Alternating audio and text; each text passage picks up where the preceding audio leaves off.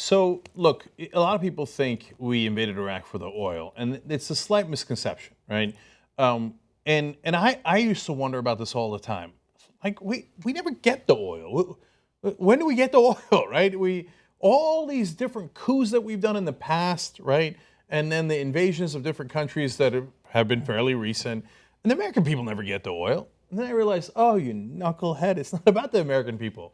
It's about so-called American companies, but in reality, they're multinational corporations, and they have power within each of these governments, including the U.S. government.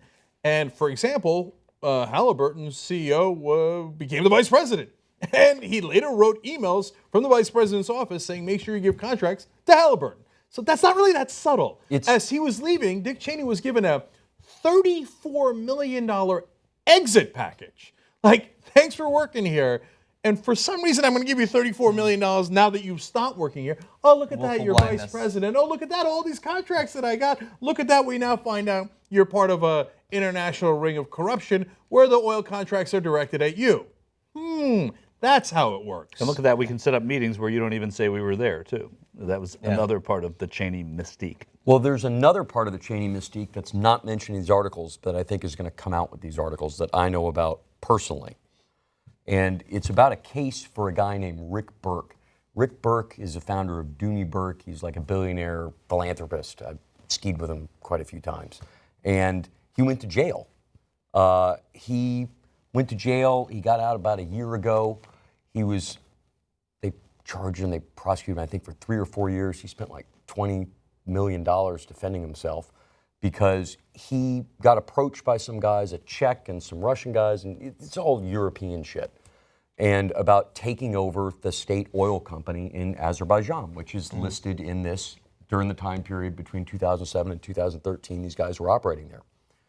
And what generally happens is someone goes, okay, we're going to take over the state oil company. Let's get some blue chip investors. Let's raise the cash. And, you know, the con man lets everyone think this is legitimate. It's really going to happen. The money's going to be spent on legal fees and everything else. But what he was doing was he had a guy who owned a nightclub in Russia who would fill up a suitcase full of cash, and then he would deliver it to the president of Azerbaijan's son. And Rick found out about this, and he went straight to the FBI. He said, hey, there's corruption going on, there's this. And this is the same time Halliburton's going after the same thing. He's then charged with violating the Foreign Corrupt Practices Act, even though he was the whistleblower.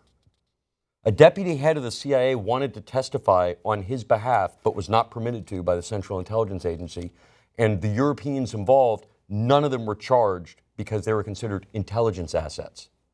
So this is a conflation between the Central Intelligence Agency, Vice President Dick Cheney and Halliburton, and graft on a truly monumental scale throughout Central Asia, using U.S. intelligence and the federal government to make millions, perhaps billions of dollars for Halliburton, and the vice president fucking knew about it. And it's going to come out if it goes to a competent investigative journalist to go over these emails. Because right now what I'm reading in these articles is poorly written articles, poorly researched, poorly presented, because like everything in new media, it's like, hey, let's pay an intern, $200 a week to sift through this shit, instead of paying the money and getting someone to really go after it. These are really important emails. This is a really important case, and it's about our democracy and how fucking corrupt our past vice president was, who I personally believe is going to go down like Al Capone from this, not for the murders, the torture, the aggressive war. He's going to go down because there's a fucking financial trail